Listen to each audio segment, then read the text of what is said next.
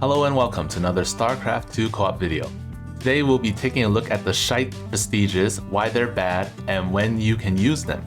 First off, these three OP guys have no bad prestiges. Even though Dehaka P0 is technically obsolete, playing P3 can actually be a liability because you can't F2. P1 is Tychus's worst prestige and P3 is Zerato's worst prestige, but we'll save those takes for another time. Let's start off with the situational prestiges. These prestiges are often considered bad, but when they're used in specific situations, they can be pretty good. Raynor P1, the so-called noob prestige. It sucks because without mules, you can't use vultures, one of his best units, and you can't replace losses. Bio Raynor wants to kill the enemy with its high DPS, so having extra HP isn't always useful. You don't need more HP if the enemies are just dead. P1 does have a place though. Double life bio means the early game is stronger, so it's good against Void Rifts. It's also good against enemies with low DPS and AoE like Devouring Scourge and Siege of Storms. Raynor P2. People often say this is strictly better than P0, but I disagree. You can still go bio like P0, but if you use mech, you end up getting fewer units because you need more gas per unit. The stimming on the mech units is clunky to use. The B key is so far away and they don't stim with the bio. Stimmed vultures are still fragile and stimmed BCs don't do that much extra damage. That leaves Vikings, Banshees, and tanks. If you're going Banshee Viking, you might as well use P3. P2 is good in that it does a ton of damage while stimming. It's good on defense maps where you can control click your tanks and stim away. On Void Launch, stimmed Vikings are pretty powerful too. Kerrigan P1 is bad because Omegas are just too good, and not having them hurts her survivability and mobility. The good thing about P1 is that Lurkers and Ultras are insanely powerful. P1 can be used on defense maps like Dead of Night, OE, and Temple. It's also usable against Zerg, especially Zerg ground comps. Artanis P1 sucks because the units are too expensive. Its advantage is that it does a lot of DPS and doesn't rely on top bar energy like P3 does. It's pretty much only good versus weak Zerg or Terran though. It's good when you need a lot of damage and you can't afford to drop Unbound Fanatics repeatedly. Artanis P2 sucks after the nerf because the teleport costs too much energy to use. People like to say that P2 increases his mobility, but they're wrong. He's actually less mobile because you can't reposition the power field whenever you want. If you're moving around, you have to walk back to the power field just to move to another part of the map. If you don't plan out your teleports, you're gonna be out of position or waste a lot of energy. The advantage of this prestige is that you get to deal a ton of damage every time you warp, much more than 5 orbital strikes. It's good on maps where you need to be in 2 places in a short time, but you can't split your army or else you won't have enough firepower. Examples include double shuttle wave on Void Launch, double trains on OE, and the 1945 double wave on missed opportunities. Stetman's prestiges aren't that bad, it's just that P2 is too good, so everything else is bad in comparison. P1 sucks because you don't get super duper Gary. The advantage is that Stetellites don't get killed, so it's good against props. Even though it's also good against Eminent Domain on paper, P2 is still better for most maps with Eminent Domain because Super Gary just makes the mission easier. You should have enough extra Stetellites to replace the ones you lose. Stetman P3 isn't bad, but it's not P2. It makes Ultras, Lurkers, and Static D better. I learned recently that the Static D repairs itself with the best oil. Use this prestige when there's a lot of infested.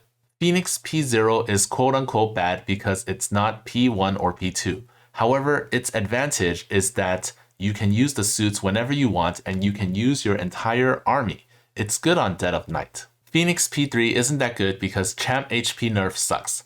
It's like playing P0 or P1 but with less Champ HP. Caldalis is free, so that's nice. You can use this prestige when you want to mass carriers but also want free Caldalis. Pretty much play this like P0.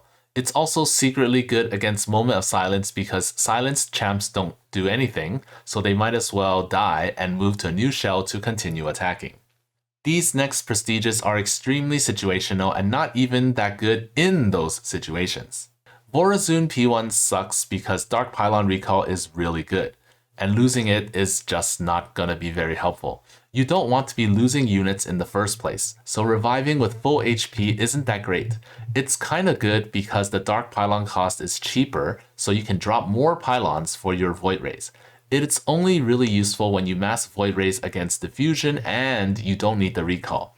When massing Void Rays in other situations, you should still use P3 because Shadow Guards are good. Warzone P2 sucks because the damage nerf is too much. It gives her AoE, which is something she doesn't really have with her other prestiges, but she generally uses Dark Pylon walls to deal with huge swarms of infested. P2 is also resistant to Black Death. That's perhaps the only time you should use this prestige. On certain maps, I would still rather use P3 because one-use Shadow Guards are still good when they're free. Stukov P0 sucks because P1 and P3 are better. You only really use this when you need the free units from the infested compound for stalling and you need loaded bunkers for better defense. And it's not even that great because if you use P1, you can still make bunkers and mass cheaper tanks, which will most likely be better than the free civilians. This prestige is mostly obsolete, but you can use this on Dead of Night. Stukov P2 sucks because it's clunky to use and it's not even that effective at what it wants to achieve. The advantage of this prestige is that you can carry a huge army and maneuver around environmental mutators. P3 infested dies to blizzard, nukes, etc. P1 tanks can deep tunnel, but they can't kite when sieged. P1 banshees are fine, but maybe you need more units on the ground to take hits for the banshees, which is why this is still not that great in that situation. Hannen Horner P3 sucks because 200 gas for a platform is too much. By the time you get 5, you could have gotten 10 with any other prestige. The good thing about this prestige is that you can defend at home and just let the platforms do the talking. This only really works against ground comps though. It works on RTK where you can snipe most of the enemies and shards from home, and on long, slow-paced maps that give you time to build up. This next section contains all the obsolete prestiges. Ever since prestiges were introduced, there's really no need to use these P0s anymore. Alarak P3 is just a better P0. However, I'll still use this prestige for no mining runs because free mothership is good. I have used these prestiges for specific mutations. Stet P0 for aggressive recruitment because I needed Super Gary's detection and he had to be out of the stat zone a lot of the time. I used Zagara P0 for League of Vermilions because I wanted the frenzy to affect my entire army so they can burst down the heroes, but I also wanted the free Banes to take out enemies before they blinked. And I used Warzone P0 for polarity runs because Shadow Guards wouldn't do much and I wanted the extra damage from time stop, the extra speed, but also needed Dark Pylon recall. These 4 are completely outclassed by prestiges, so there's really no need to use them anymore. And this last group contains bad prestiges that are just never good. Other prestiges will always be better. Abathur P3's drawback makes the early game so much weaker. It's only kind of good against concussive attacks, but P0 or P2 can get 3 Brutas and then mass Swarm Hosts, which don't really care about concussive attacks. You should only use this prestige when you know it's a worse option, but you want to have some fun. Swan P3's drawback is too detrimental. His top bars are really good, so having them half as often so that you can use Herc Tank is a bad trade-off. P1 doesn't have the laser top bars, but it still has warbots. P3 even nerfs that. The good thing about this prestige is that Herc Tank is really strong, but you can produce similar results with other prestiges. You can still use Herc Tank with P0, P1, or P2. P3 is never the best option for any mutation, but at least dropping 16 tanks and picking them up instantly is kind of fun. Nova P2 is the worst prestige in the game. Airstrike is one of her best abilities, and nerfing that is just bad. You can delete a wave instantly, or you can teleport your army there and drop a defense drone to fight the enemy, risking losses. Obviously, taking out the enemy with no losses is better. P2 teleport also puts you out of position, so you may have to teleport back. In the end, you're going to spend about 700 minerals to do the same thing as one airstrike. Another drawback is that it's not P1. You don't get more Liberators and Ravens. And unlike Swan P3 or Abathur P3, it's not even fun.